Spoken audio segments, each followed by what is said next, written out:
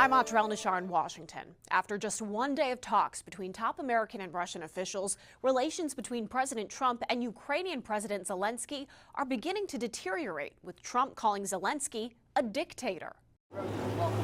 3 years of U.S. policy to make no decision about Ukraine without Ukraine has been shaken to its core in just 48 hours. A dictator without elections, Zelensky better move fast or he is not going to have a country left, President Trump wrote in a social media post Wednesday morning.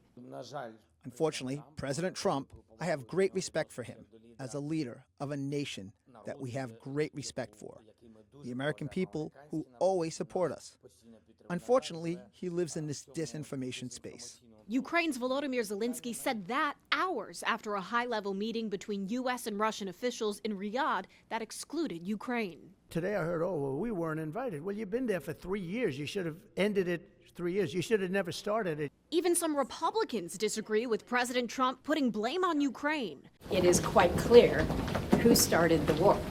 It was absolutely Russia at Putin's directive. Vladimir Putin is a gangster.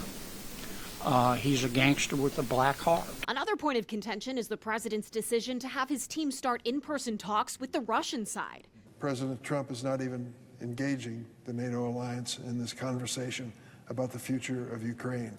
In fact, he is hardly engaging Ukraine. The Ukrainians are part of the conversation, but what's not happened in over 3 years is any meaningful dialogue with the Russians. Some fear the Trump administration will cater to Russia as they watch President Trump rail against how much the United States has spent on aid to Ukraine, $183 billion as of the end of fiscal year 2024. Funding Trump calls a gravy train.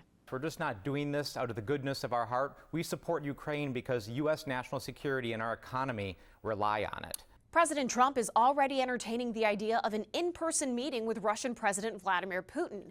It would be the first for the country's leaders since Russia's 2022 invasion. When asked if he would meet with Putin before the end of this month, Trump said, probably. In Washington, I'm Atrel Nashar.